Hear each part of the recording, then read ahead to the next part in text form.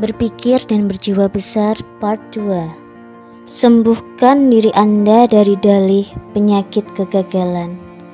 Pelajarilah manusia sementara Anda berpikir untuk berhasil. Pelajari mereka secara sangat cermat untuk menemukan mengapa mereka berhasil, dan kemudian terapkan prinsip penghasil sukses pada kehidupan Anda sendiri. Mulailah segera. Perdalamlah studi Anda mengenai manusia, dan Anda akan menemukan bahwa orang yang tidak sukses menderita penyakit pikiran yang mematikan pikiran. Kita menyebut penyakit ini penyakit dalih atau excusitis atau penyakit kegagalan. Setiap orang gagal mengidap penyakit ini dalam tahap lanjut, dan kebanyakan orang rata-rata pernah setidaknya mengalami serangan ringan penyakit ini. Anda akan mendapatkan bahwa dalih menjelaskan perbedaan antara orang yang mengalami kemajuan dan orang yang tidak. Anda akan mendapatkan bahwa semakin berhasil orang bersangkutan, semakin kurang cenderung ia membuat dalih. Orang-orang yang tidak pernah kemana-mana dan tidak mempunyai rencana untuk tiba di suatu tempat selalu mempunyai setumpuk dalih untuk menjelaskan mengapa. Orang dengan prestasi sedang-sedang saja cepat sekali menjelaskan mengapa mereka belum berhasil, mengapa mereka tidak berhasil, mengapa mereka tidak dapat berhasil, dan mengapa mereka bukan orang yang berhasil. Pelajari kehidupan orang yang sukses, maka Anda akan menemukan kebenaran ini, bahwa semua dalih yang dibuat oleh orang yang sedang-sedang saja boleh jadi ada, tetapi tidak dibuat oleh orang yang sukses. Saya tidak pernah bertemu atau mendengar tentang seorang eksekutif bisnis, perwira militer, wiraniaga, tokoh profesional yang sangat sukses, atau pemimpin dalam bidang apapun yang tidak dapat menemukan satu atau lebih dalih besar untuk mereka bersembunyi di belakangnya. Roosevelt dapat saja bersembunyi di balik tungkainya yang lumpuh.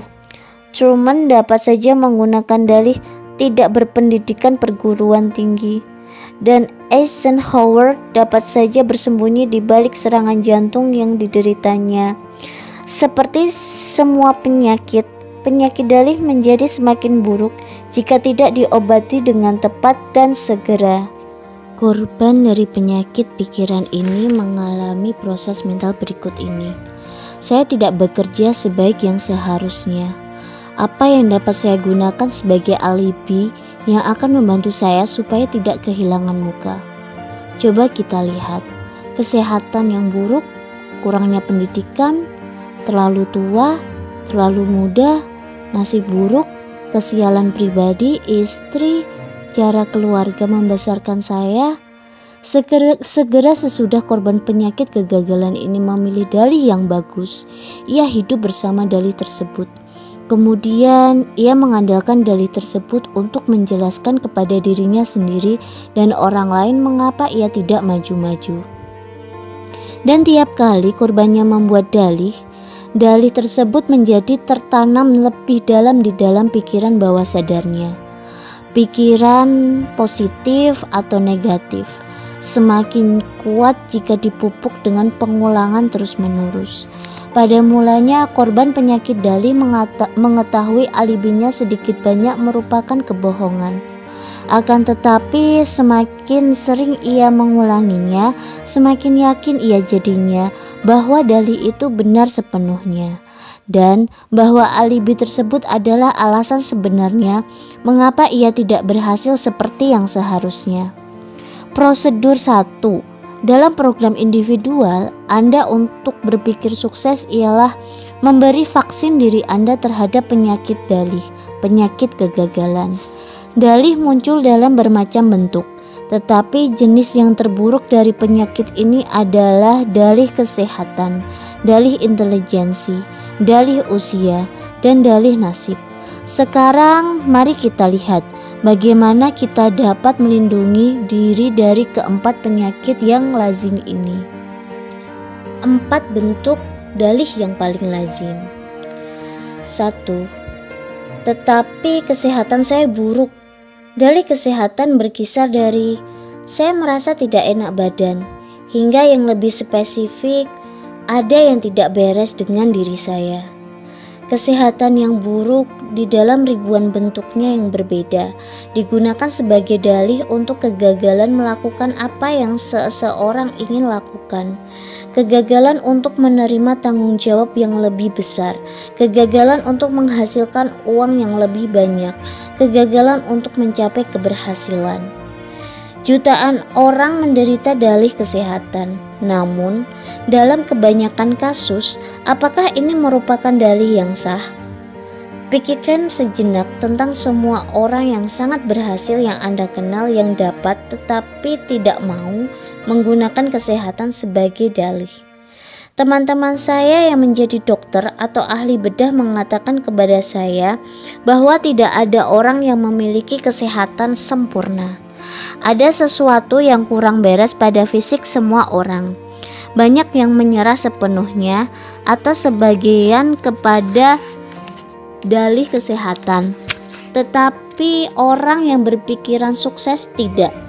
Dua pengalaman terjadi pada diri saya pada suatu siang yang mengilustrasikan sikap yang benar dan sikap yang salah terhadap kesehatan.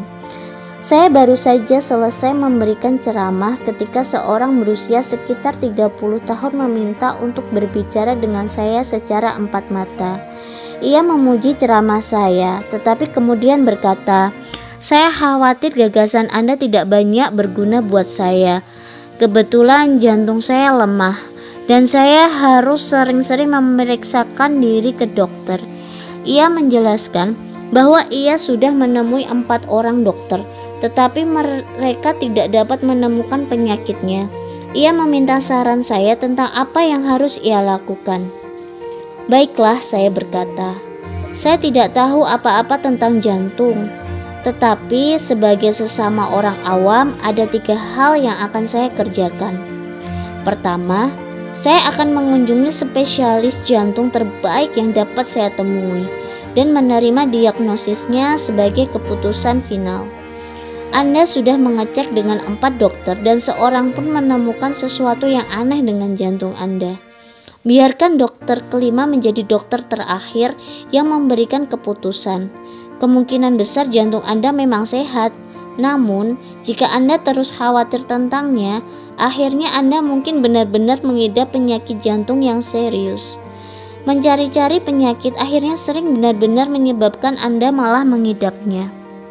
Kedua, saya akan menganjurkan Anda membaca buku bagus karya Dr. Sikinder, How to Live 365 Days a Year. Dr. Sikinder memperlihatkan di dalam buku ini bahwa 3 dari 4 ranjang di rumah sakit diisi oleh orang yang mengidap EII, Emotionally Induced Illness, penyakit yang disebabkan oleh emosi. Bayangkan, 3 dari 4 orang yang sakit sekarang ini akan sehat jika mereka sudah belajar bagaimana menangani emosi mereka. Baca buku Dr. Sikinder dan kembangkan program Anda untuk manajemen emosi. Ketiga, saya bertekad untuk hidup sampai saya mati. Saya terus menjelaskan kepada orang yang menderita ini beberapa nasihat yang saya terima bertahun-tahun lalu dari seorang teman saya, seorang pengacara yang mengidap penyakit TBC. Pengacara ini tahu bahwa ia harus menjalani hidup yang terbatas oleh banyak aturan. Tetapi hal ini tidak pernah menghentikannya menjalankan praktek hukum, menghidupi keluarga yang baik dan benar-benar menikmati hidup. Teman saya yang kini berusia 78 tahun mengekspresikan filosofinya dengan kata-kata ini, "Saya akan hidup hingga saya mati, dan saya tidak akan mencampur aduk hidup dan mati. Sementara saya masih ada di muka bumi ini, saya akan terus hidup. Mengapa harus hanya setengah hidup? Setiap menit yang dihabiskan orang untuk khawatir soal kematian, sama saja orang itu sudah mati selama 1 menit itu. Pada saat itu saya harus pergi untuk mengejar pesawat. Di dalam pesawat terbang, pengalaman kedua yang jauh lebih menyenangkan terjadi. Sesudah kebisingan selama lepas landas, saya mendengar bunyi berdetik. Dengan heran, saya melirik pria yang duduk di sebelah saya, karena bunyi itu tampaknya berasal darinya. Ia tersenyum lebar dan berkata, "Oh, ini bukan bom, ini cuma jantung saya." Saya jelas tampak bingung, maka ia pun melanjutkan mengatakan kepada saya apa yang sudah terjadi. 3 minggu lalu ia menjalani operasi di mana dokter memasang katup plastik ke dalam jantungnya. Bunyi berdetik tersebut, ia menjelaskan, akan berlanjut selama beberapa bulan hingga jaringan baru tumbuh menutupi katup buatan tersebut. Saya bertanya, apakah yang akan ia lakukan? "Oh," katanya, "saya punya beberapa rencana besar. Saya akan belajar hukum sekembalinya saya ke Minnesota. Suatu hari nanti saya berharap dapat bekerja di pemerintahan." Dokter mengatakan saya harus bersantai selama beberapa bulan, tetapi sesudah itu saya akan menjadi seperti baru lagi. Nah, Anda mempunyai 2 cara untuk menghadapi masalah kesehatan. Orang yang pertama, yang bahkan tidak yakin bahwa ada yang tidak beres dengan fisiknya, merasa khawatir, depresi, dalam perjalanan menuju kekalahan, menginginkan seseorang untuk menyokong bahwa ia tidak dapat bergerak maju. Orang kedua, sesudah menjalani operasi yang sangat sulit, tetap optimis, berhasrat mengerjakan sesuatu. Perbedaannya terletak pada bagaimana mereka berpikir tentang kesehatan.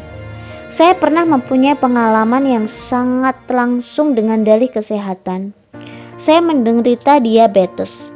Sesudah mengetahui saya mengidap penyakit ini, saya diperingatkan. Diabetes adalah penyakit fisik, tetapi kerusakan terbesar ditimbulkan karena sikap negatif terhadap penyakit ini.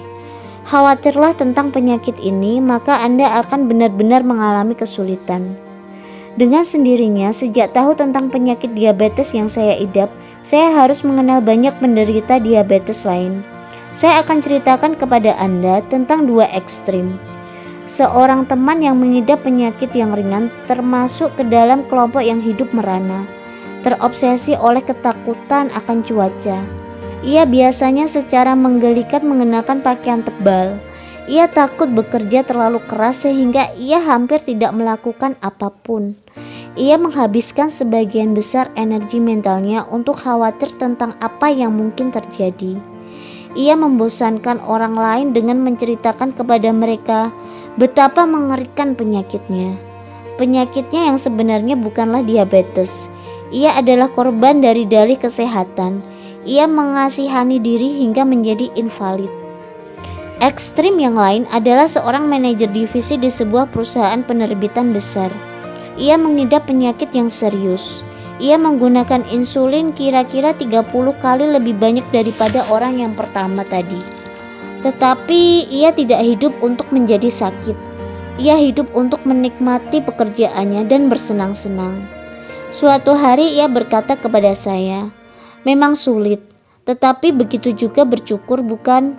Itulah sebabnya saya tidak akan berpikir untuk tiduran saja di ranjang. Ketika saya disuntik, saya memuji orang yang menemukan insulin." Seorang teman baik saya, profesor perguruan tinggi yang terkenal, pulang dari Eropa pada tahun 1945, kehilangan 1 lengannya. Walaupun cacat, John selalu tersenyum dan membantu orang lain yang kurang beruntung. Ia sama optimisnya dengan siapa saja yang saya kenal. Suatu hari saya dan dia berbicara panjang lebar tentang cacat yang dialaminya. "Itu cuma 1 lengan," katanya. "Tentu saja 2 lebih baik dari 1. Tetapi mereka cuma memotong 1 lengan saya. Semangat saya 100% utuh. Saya bersyukur untuk itu." Seorang teman saya yang juga berlengan 1 adalah seorang pemain golf yang ulung. Suatu hari saya bertanya kepadanya bagaimana ia mampu mengembangkan suatu gaya yang nyaris sempurna dengan hanya 1 tangan. Saya katakan kepadanya bahwa banyak pegolf dengan 2 lengan tidak dapat melakukan sebaik dirinya. Jawabannya adalah, menurut pengalaman saya, 1 lengan dan sikap yang tepat akan selalu mengalahkan 2 lengan dengan sikap yang salah. Ia benar. Sikap yang tepat dengan satu lengan akan selalu mengalahkan sikap yang salah dan dua lengan. Pikirkan tentang pernyataan itu sejenak. Hal ini berlaku tidak hanya di lapangan golf, tetapi juga di dalam setiap segi kehidupan. 4 hal yang dapat Anda lakukan untuk menaklukkan dalih kesehatan. Vaksin terbaik untuk mencegah dalil kesehatan terdiri atas 4 dosis. Pertama, jangan berbicara tentang kesehatan Anda. Semakin Anda berbicara mengenai suatu penyakit, bahkan cuman pilek, semakin buruk tampaknya penyakit itu. Berbicara tentang cuaca buruk sama seperti menaburkan pupuk di atas rumput. Selain itu, berbicara tentang kesehatan Anda adalah kebiasaan yang buruk. Kebiasaan ini membosankan orang lain. Kebiasaan ini membuat Anda tampak egosentris dan nyinyir. Orang yang berpikir sukses mengalahkan kecenderungan alami untuk berbicara tentang kesehatan mereka yang buruk. Orang mungkin, saya tekankan mungkin, mendapatkan sedikit simpati, tetapi ia tidak mendapat respek dan loyalitas dengan menjadi pengeluh kronis. Kedua, jangan khawatir tentang kesehatan Anda. Dr. Walter Alvarez, pensiunan konsultan untuk Mayo Clinic yang terkenal di dunia, belum lama ini menulis, "Saya selalu meminta kepada orang-orang yang suka cemas untuk melatih kendali diri." Sebagai contoh, ketika saya melihat laki-laki ini, orang yang yakin bahwa dirinya mengidap penyakit kandung empedu walaupun 8 pemeriksaan sinar X yang terpisah memperlihatkan bahwa organ tersebut sepenuhnya normal. Saya memintanya berhenti meminta agar kandung empedunya diperiksa dengan sinar X. Saya meminta ratusan orang yang khawatir mengenai jantung mereka untuk berhenti menjalani elektrokardiogram. Ketiga, bersyukurlah secara tulus bahwa kesehatan Anda baik sebagaimana adanya. Ada sebuah pepatah kuno yang pantas diulang. Saya merasa kasihan kepada diri sendiri karena saya mempunyai sepatu butut hingga saya bertemu dengan orang yang tidak mempunyai kaki. Daripada mengeluh tentang perasaan tidak enak badan, jauh lebih baik bersyukur bahwa Anda sehat sebagaimana adanya sekarang. Hanya dengan bersyukur akan kesehatan yang Anda miliki merupakan vaksinasi yang manjur terhadap berkembangnya penyakit baru dan penyakit yang sesungguhnya.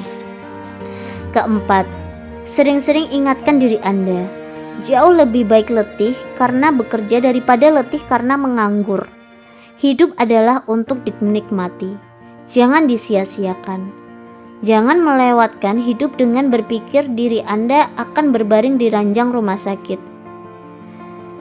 Tetapi Anda harus mempunyai otak yang cerdas untuk berhasil. Dalih intelijensi atau saya kurang cerdas adalah lazim. Sebenarnya dalih ini begitu lazim sehingga barangkali hingga 95% dari orang di sekeliling kita mengidapnya dalam berbagai tingkat. Berbeda dengan kebanyakan jenis dalih lain, orang yang menderita jenis penyakit khusus ini menderita dalam diam. Tidak banyak orang yang mau mengakui secara terbuka bahwa mereka merasa kurang cerdas. Mereka lebih suka merasakannya sendiri jauh di dalam. Kebanyakan dari kita membuat 2 kesalahan dasar sehubungan dengan intelijensi.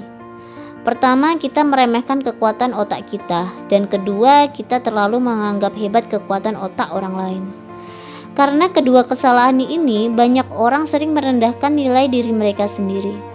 Mereka gagal menghadapi situasi yang menantang karena mereka merasa bahwa untuk itu diperlukan otak yang cerdas. Akan tetapi, kemudian datanglah orang yang tidak peduli mengenai intelijensi, dan ia mendapatkan pekerjaan itu.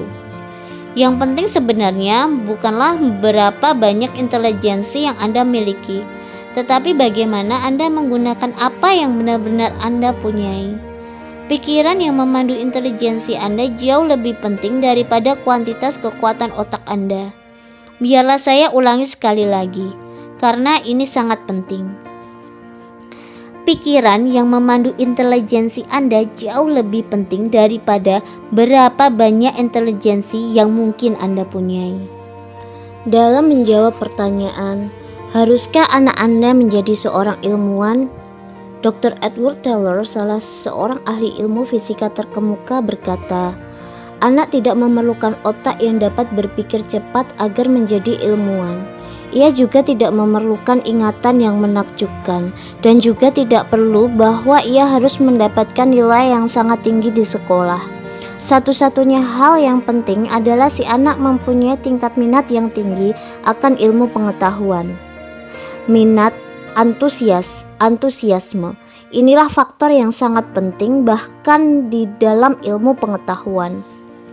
Dengan sikap yang positif, optimistis, dan kooperatif, seseorang dengan IQ 100 akan berpenghasilan lebih besar, mendapatkan respek lebih besar, dan mencapai keberhasilan lebih besar dibandingkan orang yang negatif, pesimistis, dan tidak kooperatif dengan IQ 120. Jika Anda mempunyai cukup ketekunan untuk bertahan pada sesuatu, tugas atau proyek hingga selesai, maka Anda jauh lebih baik daripada orang dengan intelijensi yang menganggur, walaupun intelijensi itu mungkin mendekati jenius. Ketekunan adalah 95% dari kemampuan. Pada suatu acara reuni tahun lalu, saya bertemu seorang teman kuliah yang sudah 10 tahun tidak berjumpa. Chuck adalah mahasiswa sangat cerdas dan lulus dengan mendapat kehormatan. Tujuannya ketika saya terakhir kali bertemu dengannya adalah memiliki perusahaan sendiri. Saya bertanya kepada Chuck, perusahaan apa yang akhirnya ia dirikan? Ia mengakui, saya tidak jadi mendirikan perusahaan sendiri.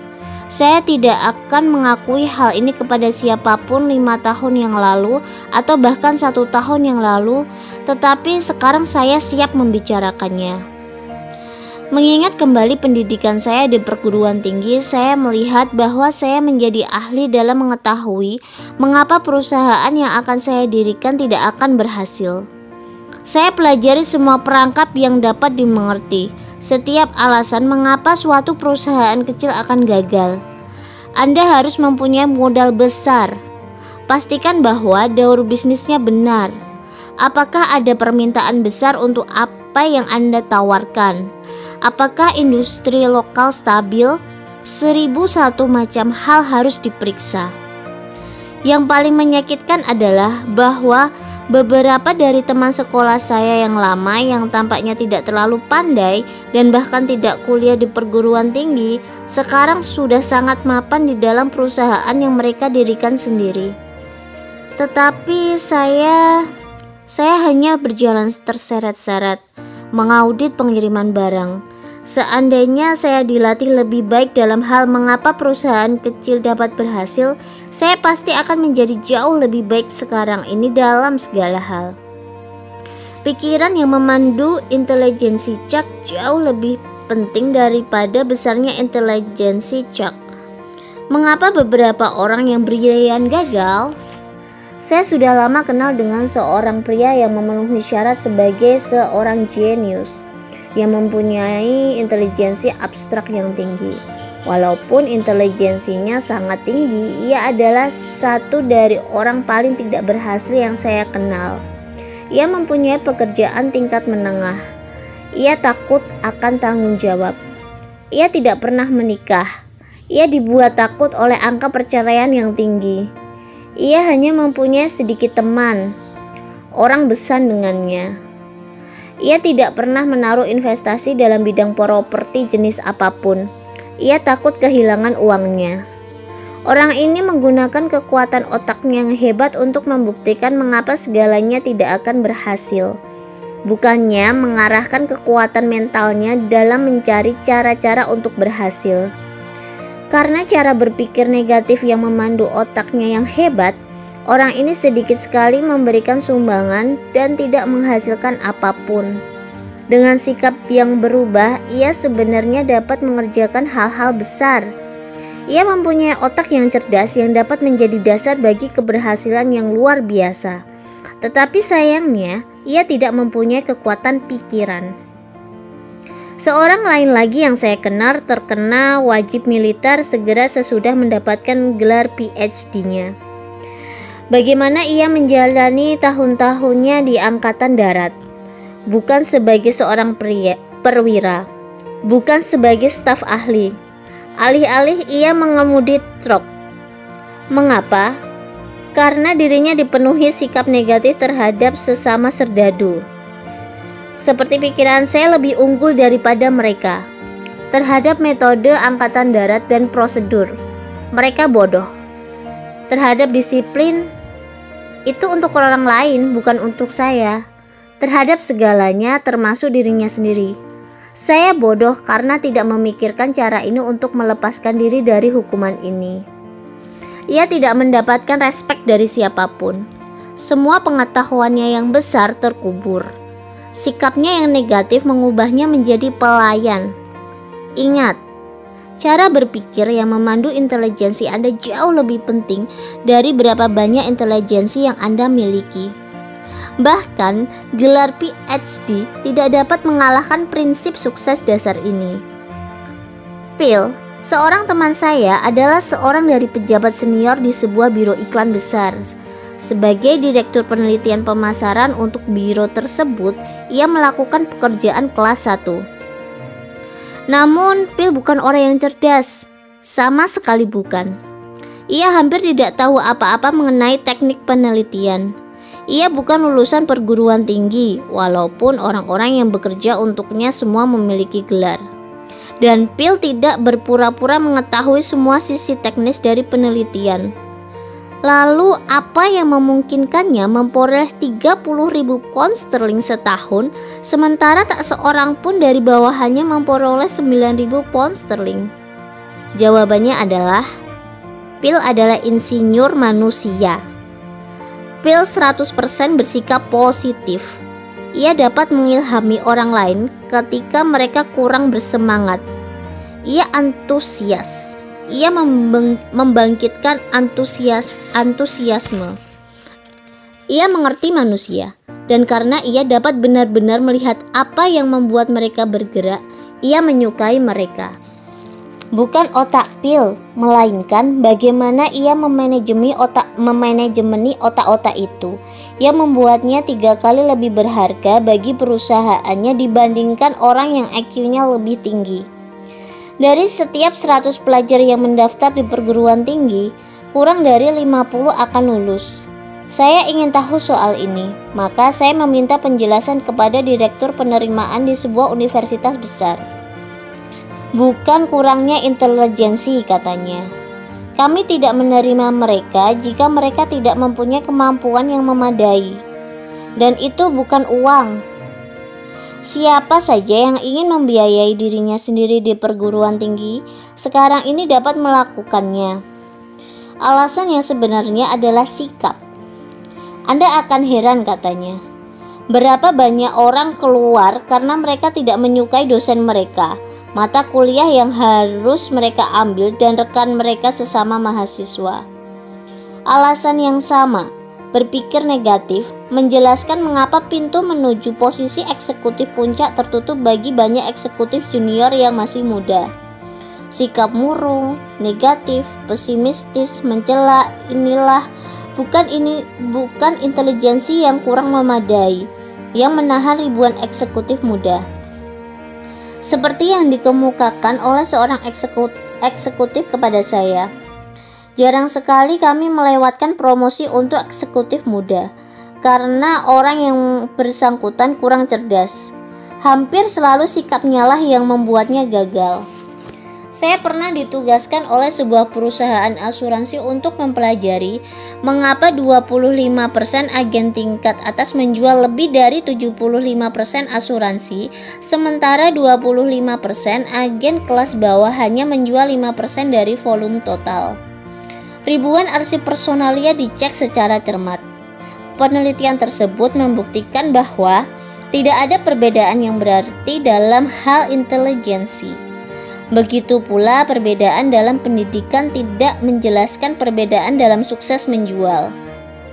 Perbedaan orang yang sangat berhasil dan sangat tidak berhasil akhirnya menunjuk pada perbedaan dalam sikap atau perbedaan dalam manajemen pikiran. Kelompok atas kurang khawatir, lebih antusias, dan memiliki kesukaan tulus akan orang lain. Kita tidak dapat berbuat banyak mengubah jumlah kemampuan asli, tetapi kita pasti dapat mengubah cara kita menggunakan apa yang kita miliki. Pengetahuan adalah kekuatan jika Anda menggunakannya secara konstruktif. Berkaitan erat dengan dalih intelijensi adalah beberapa cara berpikir yang keliru mengenai pengetahuan. Kita sering mendengar bahwa pengetahuan adalah kekuatan. Akan tetapi pernyataan ini hanya benar separuhnya. Pengetahuan adalah kekuatan yang potensial. Pengetahuan baru menjadi kekuatan jika diterapkan, dan hanya jika pemakaiannya konstruktif. Ada kisah bahwa ilmuwan besar Einstein pernah ditanya ada berapa kaki atau sekitar 30 cm dalam 1 mil. Einstein menjawab, "Saya tidak tahu. Mengapa saya harus mengisi otak saya dengan fakta yang dapat saya temukan dalam waktu 2 menit di dalam buku acuan yang standar?" Einstein mengajarkan kita suatu pelajaran yang sangat besar. Ia merasa bahwa lebih penting menggunakan otak kita untuk berpikir daripada menggunakannya sebagai gudang fakta. Suatu kali Henry Ford terlibat dalam perkara pencemaran nama dengan Chicago Tribune.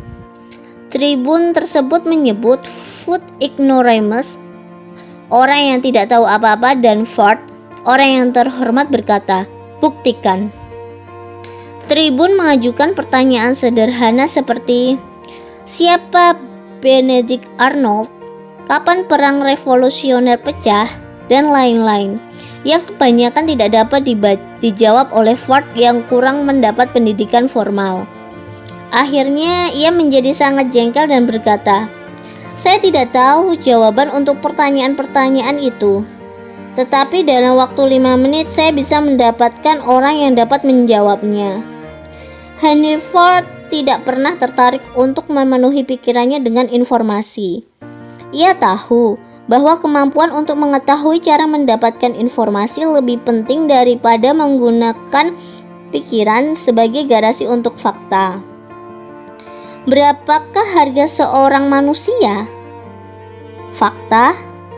Belum lama ini saya menghabiskan malam yang sangat menarik bersama seorang teman yang menjabat sebagai direktur sebuah perusahaan manufacturing yang berkembang pesat. Pesawat TV kebetulan sedang menyiarkan salah satu acara kuis yang paling populer. Orang yang ditanyai sudah tampil selama beberapa minggu. Ia dapat menjawab segala macam persoalan. Banyak yang tampaknya tidak masuk akal. Sesudah ia menjawab pertanyaan yang sangat aneh, sesuatu mengenai sebuah gunung di Argentina, tuan rumah saya memandang ke arah saya dan berkata, "Berapa banyak menurut Anda saya akan membayar orang muda itu seandainya ia bekerja untuk saya?" "Berapa?" tanya saya. "Tidak lebih dari 100 pound sterling. Bukan per minggu, bukan per bulan, melainkan seumur hidup." Saya sudah menilainya. Ahli itu tidak dapat berpikir. Ia hanya dapat menghafal. Ia hanya ensiklopedia berjalan. Dan saya kira dengan 100 pound sterling saya dapat membeli satu set ensiklopedia yang bagus. Yang saya inginkan di sekeliling saya, lanjutnya, adalah orang yang dapat memecahkan masalah, yang dapat memikirkan gagasan. Orang yang dapat bermimpi dan kemudian mengembangkan mimpi tersebut ke dalam aplikasi praktis dan manusia. Gagasan dapat menghasilkan uang, manusia fakta tidak dapat. 3 cara untuk menyembuhkan dalih intelijensi. 3 cara mudah untuk menyembuhkan dalih intelijensi adalah: pertama, jangan pernah meremehkan intelijensi Anda sendiri dan menganggap terlalu tinggi intelijensi orang lain. Berkonsentrasilah pada apa yang Anda miliki. Temukan bakat unggul Anda. Ingat, bukan berapa banyak intelijensi yang Anda miliki yang penting, melainkan bagaimana Anda menggunakan otak Anda. Manajemenilah otak Anda daripada khawatir mengenai IQ Anda. Kedua, ingatkan diri Anda beberapa kali setiap hari. Sikap saya lebih penting daripada intelijensi saya. Di tempat kerja dan di rumah, praktekkan sikap positif. Lihat alasan mengapa Anda dapat melakukannya, bukan alasan mengapa Anda tidak dapat melakukannya. Kembangkan sikap saya menang. Manfaatkan intelijensi Anda untuk pemakaian positif yang kreatif. Gunakan otak Anda untuk mencari cara-cara untuk menang, bukan membuktikan bahwa Anda akan kalah. Ingat bahwa kemampuan berpikir jauh lebih bernilai daripada kemampuan mengingat fakta. Gunakan pikiran Anda untuk menciptakan dan mengembangkan gagasan, untuk mencari cara-cara baru dan lebih baik untuk mengerjakan segala sesuatunya.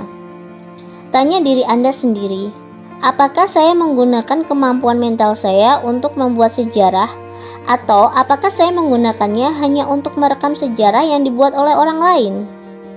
Tidak ada gunanya. Saya terlalu tua, terlalu muda. Umurnya padahal muda. Dari usia. Penyakit kegagalan karena tidak pernah merasa berada pada usia yang tepat muncul dalam dua bentuk yang mudah dikenali. Variasi, saya terlalu tua dan saya terlalu muda. Anda pernah mendengar ratusan orang dari segala usia menjelaskan prestasi mereka yang sedang-sedang saja dalam hidup mereka lebih kurang seperti ini. Saya terlalu tua atau terlalu muda untuk melakukan terobosan sekarang ini. Saya tidak dapat mengerjakan apa yang saya kerjakan atau saya mampu kerjakan karena rintangan usia. Mengherankan sekali dan patut disayangkan bahwa hanya sedikit orang yang merasa bahwa mereka berada dalam usia yang cocok. Dalih ini menutup pintu bagi peluang yang sebenarnya bagi ribuan orang. Mereka mengira usia mereka salah sehingga mereka bahkan tidak berniat untuk mencoba. Variasi saya terlalu tua adalah bentuk yang paling lazim dari dalih usia. Penyakit ini menyebar dengan cara yang samar. Drama dan artikel majalah tentang topik tersebut, mengapa Anda terlalu tua pada usia 40, sangat populer bukan karena menggambarkan fakta yang sebenarnya, melainkan karena menarik banyak pikiran khawatir yang mencari dalih. Bagaimana mengatasi dalih usia? Dalih usia dapat disembuhkan. Beberapa tahun yang lalu, sewaktu saya menjalankan suatu program pelatihan penjualan, saya mendapatkan serum yang ampuh untuk menyembuhkan penyakit ini sekaligus memberikan vaksin melawan kekambuhannya. Di dalam program pelatihan itu ada seorang peserta yang bernama Cecil. Ia berusia 40 tahun, ingin mengangkat dirinya menjadi wiraniaga, tetapi mengira bahwa dirinya sudah terlalu tua.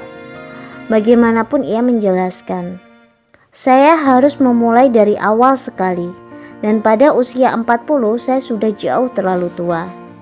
Saya berbicara dengan Cecil beberapa kali mengenai masalah usia tua ini. Saya menggunakan obat yang sudah diuji dengan baik. Anda setua yang Anda rasakan, tetapi ternyata cara ini tidak manjur. Terlalu sering orang menjawab dengan ketus, tetapi saya memang merasa tua. Akhirnya saya menemukan metode yang ampuh. Suatu hari sesudah sesi pelatihan saya berkata, Cecil, kapan usia produktif manusia dimulai? Ia berpikir beberapa detik dan menjawab, oh, ketika ia berusia sekitar 20 tahun saya kira. Benar, saya membenarkan. Nah, kapan usia produktif manusia berakhir? Cecil menjawab, kalau ia tetap sehat dan menyukai pekerjaannya, saya kira orang masih sangat berguna ketika ia berusia 70 atau lebih. Baiklah, saya berkata. Banyak orang masih sangat produktif sesudah mereka mencapai usia 70. Tetapi marilah kita sepakati apa yang baru saja Anda katakan. Tahun-tahun produktif manusia terentang dari usia 20 hingga 70. Itu berarti rentang waktu 50 tahun atau setengah abad. Anda sekarang baru berusia 40 tahun. Berapa tahun kehidupan produktif yang sudah Anda jalankan? 20 jawabnya. Dan berapa tahun lagi yang tersisa? 30 jawabnya. Dengan kata lain, Anda bahkan belum mencapai setengah jalan. Anda baru menggunakan 40% dari tahun-tahun produktif Anda. Saya menatap Cecil dan mengetahui bahwa ia mengerti maksudnya. Ia sembuh dari dalih usia. Cecil sekarang melihat bahwa ia masih mempunyai banyak tahun penuh peluang yang tersisa. Ia berubah dari berpikir, "Saya sudah terlalu tua," menjadi "Saya masih muda." Cecil kini sadar bahwa usia kini tidak menjadi soal. Sikap terhadap usia itulah yang menjadikannya berkat atau penghalang. Menyembuhkan diri Anda dari dalih usia kerap membuka pintu menuju peluang yang Anda kira sudah terkunci rapat. Seorang kerabat saya menghabiskan waktu bertahun-tahun mengerjakan banyak hal yang berbeda. Menjual, mengoperasikan perusahaannya sendiri, bekerja di bank, tetapi ia tidak pernah benar-benar menemukan apa yang sebenarnya ingin ia kerjakan. Akhirnya ia menyimpulkan bahwa satu hal yang ia ingin lakukan lebih dari segala yang lain adalah menjadi pendeta. Akan tetapi ia berpikir tentang hal itu. Ia merasa dirinya sudah terlalu tua. Ia kini berusia 45 tahun, mempunyai 3 anak dan sedikit uang. Akan tetapi untunglah ia mengumpulkan segenap kekuatannya dan berkata kepada dirinya sendiri, 45 atau bukan, saya akan menjadi pendeta. Dengan kepercayaan yang sangat besar, ia mulai mengikuti program pendidikan untuk menjadi pendeta yang lamanya 5 tahun. 5 tahun kemudian ia ditahbiskan menjadi pendeta dan tinggal di tengah jemaah yang lumayan besar di Amerika Serikat. Tua? Tentu saja tidak. Ia masih mempunyai 20 tahun kehidupan produktif di depannya. Belum begitu lama saya berbicara dengan orang ini dan ia berkata kepada saya, "Anda tahu, jika saya tidak mengambil keputusan besar itu sewaktu saya berusia 45, saya akan menjalani sisa hidup saya dengan menjadi tua dan tidak puas. Sekarang saya merasa sama mudanya dengan 25 tahun yang lalu." Dan ia memang hampir tampak semuda itu. Jika Anda menaklukkan dalih usia, Anda pun memperoleh optimisme orang muda dan merasa muda. Ketika Anda mengalahkan ketakutan Anda akan keterbatasan usia, Anda pun menambahkan tahun-tahun ke dalam kehidupan Anda dan juga keberhasilan. Seorang bekas teman kuliah memberikan sudut pandang yang menarik mengenai bagaimana mengalahkan dalih usia. Bill lulus dari Harvard dalam usia 20-an. Sesudah 24 tahun berkecimpung dalam bisnis pialang saham, di mana selama itu ia memperoleh penghasilan yang lumayan. Bill memutuskan bahwa ia ingin menjadi profesor universitas. Teman-teman Bill memperingatkan bahwa ia akan terlalu membebani dirinya dalam program belajar yang berat. Namun Bill bertekad mencapai tujuannya ini dan mendaftar di University of Illinois pada usia 51 tahun. Pada usia 55 tahun ia meraih gelarnya. Sekarang ini ia adalah ketua jurusan ekonomi di sebuah perguruan tinggi seni liberal murni. Ia juga berbahagia. Ia tersenyum ketika berkata, "Saya masih mempunyai hampir sepertiga dari tahun-tahun saya yang menyenangkan." Usia tua adalah penyakit kegagalan. Kalahkan penyakit ini dengan menolaknya, menahan diri Anda. Kapan seseorang itu terlalu muda? Variasi. Saya terlalu muda dari dalih usia mengakibatkan kerusakan yang besar pula. Sekitar 1 tahun yang lalu, seorang pemuda bernama Jerry yang berusia 23 tahun datang kepada saya dengan sebuah masalah. Jerry adalah pemuda yang baik. Ia menjadi pasukan terjun selama perang dan kemudian melanjutkan kuliah. Sementara kuliah, Jerry membiayai istri dan putranya dengan menjual untuk perusahaan transfer dan penyimpanan. Ia telah melakukan pekerjaan yang baik sekali, baik di perguruan tinggi maupun untuk perusahaannya. Namun, hari ini Jerry merasa khawatir. "Dr. Skidworth," katanya, "saya mempunyai sebuah masalah. Perusahaan tempat saya bekerja menawarkan pekerjaan sebagai manajer penjualan. Ini akan menjadikan saya penyelia atau supervisor atas 8 orang wiraniaga." "Selamat, itu berita baik," saya berkata. "Tetapi Anda tampaknya khawatir." Ya, lanjutnya. Kedelapan orang yang akan saya selia berusia 7 hingga 21 tahun lebih tua dari saya. Apa menurut Anda yang harus saya lakukan? Dapatkah saya menanganinya? Jerry, saya menjawab. Manajer umum perusahaan Anda jelas menganggap Anda cukup tua, karena kalau tidak, ia tidak mungkin menawarkan pekerjaan ini untuk Anda. Ingat saja 3 pokok ini dan segalanya akan berjalan baik. Pertama, jangan terlalu memperhatikan usia. Di pertanian, seorang anak laki-laki dianggap dewasa kalau ia terbukti dapat melakukan pekerjaan seorang dewasa. Usia tidak ada kaitannya dengan pengakuan kedewasaan, dan ini berlaku pada Anda. Jika Anda membuktikan diri mampu menangani pekerjaan seorang manajer penjualan, Anda otomatis sudah cukup tua untuk itu. Kedua, jangan sombong. Perlihatkan respek kepada wiraniaga bawahan Anda.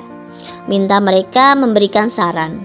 Buat mereka merasa bekerja untuk seorang kapten tim, bukan diktator. Lakukan ini, dan orang-orang itu akan bekerja bersama-sama Anda, bukan menentang Anda. Ketiga, biasakan diri membawakan orang yang lebih tua bekerja untuk Anda. Para pemimpin di segala bidang segera mendapatkan diri mereka lebih muda dibandingkan banyak dari orang yang mereka pimpin. Jadi biasakan diri mempunyai bawahan yang lebih tua bekerja untuk Anda. Hal ini akan sangat membantu pada tahun-tahun mendatang ketika peluang yang lebih besar muncul. Dan ingat Jerry, usia Anda tidak akan menjadi penghalang jika Anda tidak menjadikannya demikian. Sekarang ini Jerry berhasil baik. Ia menyukai bisnis transportasi dan sekarang ia merencanakan untuk mengorganisasikan perusahaannya sendiri dalam beberapa tahun mendatang. Kemudahan menjadi kelemahan hanya jika orang muda memandangnya demikian. Anda sering mendengar bahwa pekerjaan tertentu mensyaratkan kematangan fisik. Pekerjaan seperti menjual surat berharga dan asuransi. Sama sekali omong kosong bahwa Anda harus mempunyai rambut kelabu atau botak sama sekali agar mendapatkan kepercayaan investor. Yang benar-benar penting adalah seberapa baik Anda menguasai pekerjaan Anda. Jika Anda menguasai pekerjaan Anda dan mengerti orang lain, Anda cukup matang untuk menanganinya. Usia tidak mempunyai kaitan dengan kemampuan, kecuali jika Anda meyakinkan diri Anda bahwa tahun-tahun itu saja akan memberi Anda bahan yang Anda perlukan untuk menghasilkan nama baik. Banyak orang muda merasa bahwa mereka dihambat oleh usia mereka yang masih muda. Memang benar bahwa orang lain di dalam organisasi yang merasa tidak aman dan takut kehilangan pekerjaan mungkin berusaha menghambat jalan Anda untuk maju dengan menggunakan usia atau alasan lain. Namun, orang yang benar-benar cakap di dalam perusahaan tidak akan berbuat begitu. Mereka akan memberi Anda tanggung jawab sebesar yang mereka rasa dapat Anda tangani dengan baik. Demonstrasikan bahwa Anda mempunyai kemampuan dan sikap positif dan kemudahan Anda akan dianggap sebagai keuntungan. Ringkasnya, obat untuk dalih usia adalah: pertama, lihat usia Anda yang sekarang secara positif. Berpikirlah, saya masih muda, bukan saya sudah tua. Berlatihlah memandang ke depan ke cakrawala baru dan dapatkan antusiasme serta perasaan muda. Kedua, hitung berapa banyak waktu produktif yang masih Anda miliki. Ingat, usia 30 berarti masih ada 80% kehidupan produktif yang dimiliki, dan usia 50 berarti masih ada 40%. 40% yang terbaik dari tahun-tahun penuh peluang yang tersisa. Hidup sebenarnya lebih panjang daripada yang kebanyakan orang duga. Ketiga, investasikan waktu masa depan dalam mengerjakan apa yang benar-benar ingin Anda kerjakan. Terlalu terlambat jika Anda membiarkan pikiran Anda bersifat negatif dan berpikir bahwa segalanya sudah terlambat. Berhentilah berpikir, saya seharusnya memulai bertahun-tahun yang lalu. Itu adalah berpikir gagal. Sebagai gantinya berpikirlah, saya akan memulai sekarang. Tahun-tahun terbaik saya menanti di depan saya. Itulah cara orang sukses untuk berpikir. Keempat, Tetapi kasus saya lain, saya menarik nasib buruk. Belum lama ini saya mendengar seorang insinyur dalam bidang lalu lintas mendiskusikan keamanan jalan raya. Ia menunjukkan bahwa lebih dari 40.000 orang terbunuh setiap tahun di dalam apa yang disebut kecelakaan lalu lintas. Pokok utama dari pembicaraannya adalah bahwa tidak ada apa yang disebut sebagai kecelakaan yang sesungguhnya. Yang kita sebut kecelakaan adalah akibat dari kelalaian manusia atau kegagalan mekanis atau kombinasi dari keduanya. Apa yang dikatakan oleh ahli lalu lintas ini menyokong apa yang dikatakan oleh orang bijak zaman dahulu. Ada sebab untuk segalanya. Tidak ada yang terjadi tanpa sebab. Tidak ada yang kebetulan mengenai cuaca sekarang ini. Ini adalah akibat dari sebab yang spesifik. Dan tidak ada alasan untuk percaya bahwa urusan manusia merupakan pengecualian. Namun, hampir tidak ada hari yang berlalu tanpa Anda mendengar seseorang menimpakan kesalahan pada nasib buruk. Dan jarang sekali Anda tidak mendengar seseorang menghubungkan keberhasilan orang lain dengan nasib baik. Mari saya ilustrasikan bagaimana orang mengalah pada dalih nasib. Belum lama ini saya makan siang bersama 3 orang eksekutif junior yang masih muda. Topik percakapan hari itu adalah George C. yang baru saja sehari sebelumnya dipilih dari kelompok mereka untuk mendapatkan promosi besar. Mengapa George mendapatkan jabatan itu? Ketiga orang muda ini menggali untuk menemukan segala macam alasan. Nasib baik, katrol, menjilat, istri George, dan bagaimana wanita itu bermain mata dengan bos, yang semuanya tidak benar. Kenyataannya George memang benar-benar memenuhi syarat. Ia selama ini bekerja lebih baik dibandingkan yang lain. Ia bekerja lebih keras. Ia mempunyai kepribadian yang lebih efektif. Saya juga mengetahui bahwa karyawan senior di perusahaan tersebut sudah menghabiskan banyak waktu untuk mempertimbangkan mana dari keempat orang tersebut yang akan dipromosikan. Ketiga orang yang kecewa tersebut seharusnya menyadari bahwa para eksekutif puncak tidak memilih eksekutif utama dengan jalan undian.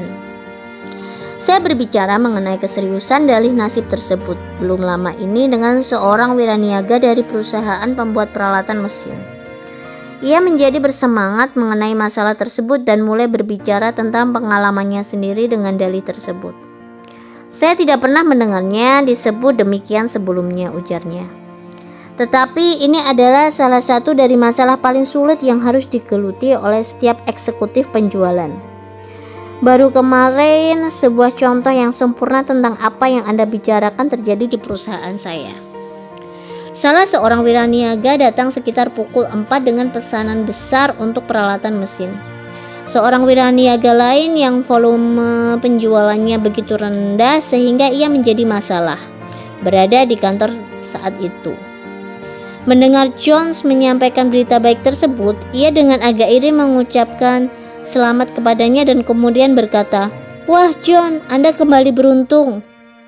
Nah, yang tidak mau diterima oleh wiraniaga yang lemah ini adalah bahwa nasib tidak ada kaitannya dengan pesanan besar yang didapat oleh John. John sudah menggarap pelanggan itu selama berbulan-bulan. Ia sudah berulang kali berbicara dengan selusin orang di luar sana. John tidak tidur selama beberapa malam memikirkan secara persis apa yang terbaik untuk mereka. Kemudian ia menemui 4 insinyur kami untuk membuat desain pendahuluan dari peralatan tersebut. John bukan beruntung kecuali jika Anda boleh menyebut kerja yang direncanakan secara cermat dan dilaksanakan secara sabar sebagai keberuntungan.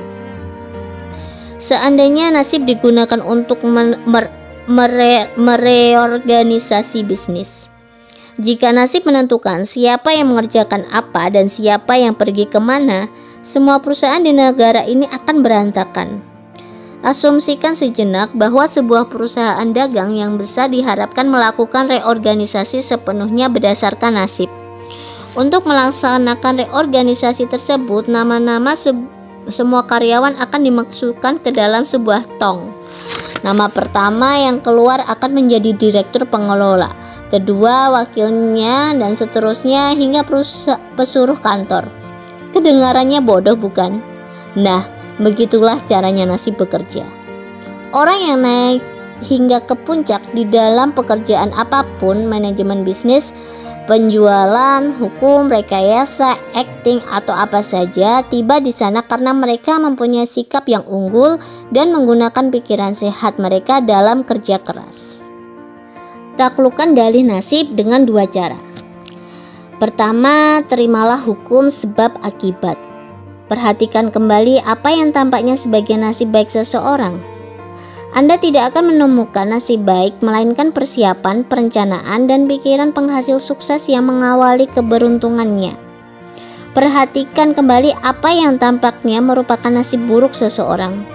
Lihat, dan Anda akan menemukan alasan spesifik tertentu. Tuan keberhasilan menerima suatu kemunduran.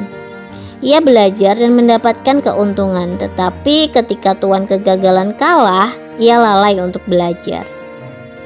Kedua, jangan menjadi orang yang suka berangan-angan kosong. Jangan boroskan energi mental Anda untuk memimpikan cara-cara tanpa usaha untuk mendapatkan keberhasilan. Kita tidak menjadi berhasil hanya melalui nasib baik. Keberhasilan datang dari pelaksanaan hal-hal dan penguasaan prinsip-prinsip yang menghasilkan keberhasilan. Jangan mengandalkan nasib baik untuk mendapatkan promosi, kemenangan, hal-hal yang baik dalam hidup ini.